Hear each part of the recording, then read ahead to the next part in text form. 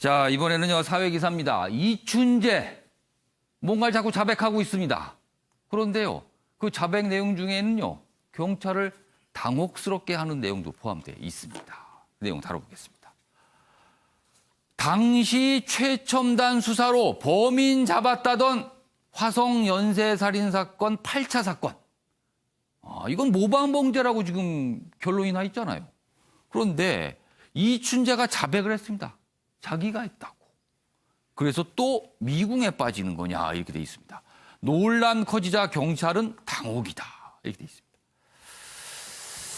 8차 사건은 1988년 9월에 있었던 사건인데요. 여기 보시면 당시에 방사선 동위원소 감별법으로 뭐 여러 가지 뭔가를 확인이 됐습니다. 그래서 당시 범인을 잡았다고 그러고 그 범인은 이미 처벌을 받았습니다. 그리고 20년을 살고 가석방이 된 상태거든요. 이미 법적으로 법의 심판이 끝났어요. 그런데 이춘재가 자기가 했다는 거예요. 이 사건에 대해서. 20년간 복역한 8차 사건 범인 언론 인터뷰 등에서 무죄 주장을 했다. 과거에 이런 주장을 한 게 또 다시 한번 부각을 돼 있습니다. 이게 좀 어떻게 된 상황인가? 관련 기사 하나 더 있습니다. 보시죠. 자, 이춘재 화성 8차도 내가 했다. 경찰 거짓말이다. 당시 범인은 억울하다. 이렇게 나오고 있습니다. 지금 상황이요. 1988년 여중생 살인 사건 진범 논란이다. 경찰은요. 수법이 틀리고 혈액형 다르다. 그러니까 이춘재가 한 게 아니다. 원래 범인이 맞다. 이건데 10년 전 가석방된 범인은 내가 안 했다. 이렇게 또 얘기를 합니다. 그래서 이게 어떻게 된 상황인가 지금 어리둥절하고 있습니다. 자, 윤기찬 변호사. 일단 이춘재 흉악범이잖아요. 그 복역하고 있고. 일단 이런 경우에는 되게 이제 범죄인의 어떤 진술에 대해서 신빙성이 좀 낮다라고 통상적으로 판단을 합니다. 자, 지금 그런 상황일까요? 아니면 진짜 본인이 해서 얘기하는 거예요? 아니면 경찰에 어떤 혼선을 주기 위한 의도가 있는 걸까요? 어떻게 보세요, 지금 이 상황? 그래서 본인이 뭐 약도까지 그렸다고 이렇게 언론에 나오고 있는데 여러 가지 가능성을 다 열어둬야 될 것 같아요. 왜냐하면 당시 이 사건 수사했던 수사관에 따르면 지문도 나왔다는 거거든요. 그 진범으로 잡혔다고 하는 그분이 지문 나오고 혈액형도 다르고 또는 범행 수법도 약간 다른 것이 집안에서 그 당시에는 사건이 일어났고 결박된 이런 그 범행 수법하고도 다르고 하기 때문에 아마 그 윤 씨를 특정해서 진범으로 이제 기소를 한 것 같은데 제가 볼 때는 이분이 본인의 어떤 우월감 이거 몰랐지라는 경찰 이거 몰랐지라는 우월감의 표시로 이렇게 했을 수도 있고 아니면 진짜 했을 수도 있는데 결국은 이제 그 출소한 윤 씨에 대해서 아마 재심 신청이 들어갈 거예요. 거기서 가려지겠지만 경찰 입장에서는 이 진술에 기댈 것이 아니고 그 당시의 객관적인 상황이라든지 이런 것들을 좀 다시 수사를 해봐야 되지 않나 싶습니다. 자, 그럼 여기서요. 저희가 경찰 관계자 영상을 좀 준비했는데 듣고 이어가겠습니다. 당사자 윤모 씨를 포함해서 관계자들 사건 수사했던 사람들이 다 다시 수사할 계획으로 차근차근 수사 중에 있고요. 네, 아직은 모릅니다. 경찰 관계자 지금 차근차근 들여다보고 있다라고 얘기했습니다. 그런데요, 가정을 좀 해보겠습니다. 윤기찬 변호사. 만약에 이춘재가 진범이라면 이거 상황 어떻게 되는 겁니까? 그럼 좀 진범이라면 진범은 이제 이게 1988년인가 89년 일어난 사건이기 때문에 이제 공소시효가 다 지났어요. 그럼 만약에 이춘재가 진짜 범인이라도 공소시효는 끝난 거죠? 이제 처벌을 받지 않고 오히려 처벌받았던 분은 형사보상을 이제 국가에서 해줘야죠. 그러면 그분은 그게 보상입니까? 배상입니까? 보상입니다. 보상입니다. 형사 절차에서 잘못돼서 잘못 기소된 경우에는 저희가 배상이라는 단어를 쓰지 않고 보상이라고 씁니다. 그러니까 절차는 따랐는데 이게 이제 판단이 잘못된 것이었다. 위법하지는 않다고 평가받는 거죠. 그리고 그럼 만약에 지금 처벌받고 가석방으로 나왔잖아요, 지금. 그럼 이분은 아까 잠깐 얘기하셨는데 재심 신청이 가능하다. 그러니까 지금 바로 보상 대상은 되지 않고 재심을 통해서 무죄 판결이 나야 그 판결을 토대로 해서 형사보상 청구를 할 겁니다. 그러면 아까 잠깐 얘기했지만 지금 이런 정도 상황에서도 이미 처벌받으신 그분은 재심 절차에 들어갈 걸로 보이십니까? 어제 언론 보니까 재심을 잘 하시는 변호사 한 분이 인터뷰 하시더라고요. 그런데 이 상태에서 재심 들어가서 이 상태로만 만약에 재심에서 또 결과가 어떻게 나올지 장담하기 어려워요. 왜냐하면 지금 윤 씨란 분이 진범이 아니라는 확실한 증거가 예. 아직은 나왔다고 보기 어려워요. 진술만 나온 거거든요. 예, 오히려 예. 진술과 배치되는 다른 객관적인 당시 형사의 어떤 진술, 지문 나왔다. 예. 그다음에 범행 수법 다르죠. 예. 범행 장소가 또 집 아니었단 말이에요. 그리고 뭐 무슨 방위원소 이거에 관련된 이것은 예, 이제 예. 이미 증거 능력도 잃었어요. 예, 예. 그러니까 여러 가지 혼재돼 있기 때문에 예. 사실은 상당히 재심에서도 어려울 거예요. 재심에서 만약 인용 판결을 무죄 판결을 받으려면 예. 확실해야 돼요.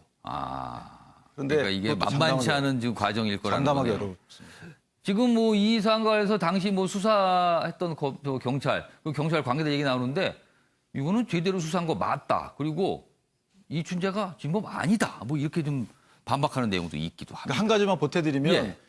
이제 핵심은 그 당시에 자백을 윤 씨라는 분이 자백을 했는데 예. 그 자백이 과연 임의성이었는지 아니면 이제 폭행, 뭔가 고문 강압, 등 뭐 이런 게 좀 강압 있었나? 수사의 결과였는지에 따라서 그게 이제 핵심적인 쟁점이 될 걸로 보여요. 그러니까 그 부분도 이번에 좀 들여다 보겠네요. 당시 그럴 수사 과정에 어떤 광합이나 이런 게 좀 있었는지 없었는지 부분까지. 자, 이런 상황에서 이춘재 관련된 내용인데 좀 다른 내용입니다. 여기 보시죠. 동아일보에 나와 있는 기사인데요. 여성 프로파일러의 손이 예쁘다. 잡아봐도 되나?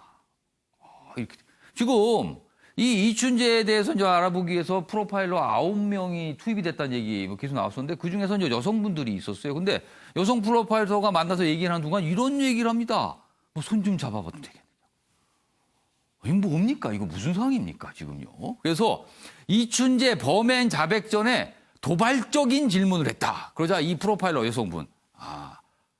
굉장히 좀 어떻게 보면 슬기롭게 대처를 하셨네요. 조사한 뒤에 악수하자 이렇게 넘겼답니다. 여기 좀 소개가 돼 있습니다.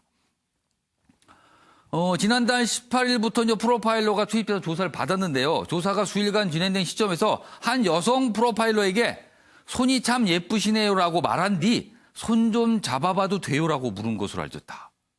그러자 이 프로파일러는 조사가 마무리되면 악수나 하자고 답했다. 그리고 이후 진행된 추가 조사에서 이춘재가 자백을 하기 시작했다는 거예요. 김성수 평론가, 이거 무슨 상황입니까, 이거는? 어떻게 보십니까, 이거는? 그러니까 뭐 기본적으로 예. 그 범죄 심리 전문가들은 이 수사를 하는 사람과 그다음에 그 피의자가 그 둘 사이에 서로가 그 확실한 신뢰관계가 구축이 되어 있어야 그래야 자백을 유도해낼 수 있다고 보거든요. 그런 측면에서 호감을 느낀다거나 뭔가 뭐 심리적으로 의존하는 그런 모습들을 보인다거나 하면은 훨씬 더 쉽게 자기의 고민들을 털어놓듯이 이런 사실을 털어놓는다는 것이고요. 그런 측면에서 지금 현재 그 프로파일러들의 노력과 그리고 또 상당히 발달된 그런 그 수사 기법에 의해서 지금 자백으로 나오는 상황들이 신빙성이 상당히 존재하는 그런 그 상황이라고 보고 있어요. 그렇기 때문에 지금 사실은 이 8차 사건 같은 경우가 굉장히 뜨거운 그 관심이 될 거라고 봅니다. 우리 그 경찰에서 아쉬움들을 갖다 지적을 할 때 뭘 얘기를 하고 있냐면 판바이 같이 보이는 것도 지역이 다르기 때문에 사건에서 빼놓고 또 그 지금 8차 사건 같은 경우는 사망한 지 몇 시간 안 된 상태에서 발견이 된 거예요. 그러니까 굉장히 다급하게 그 현장을 떠났거든요.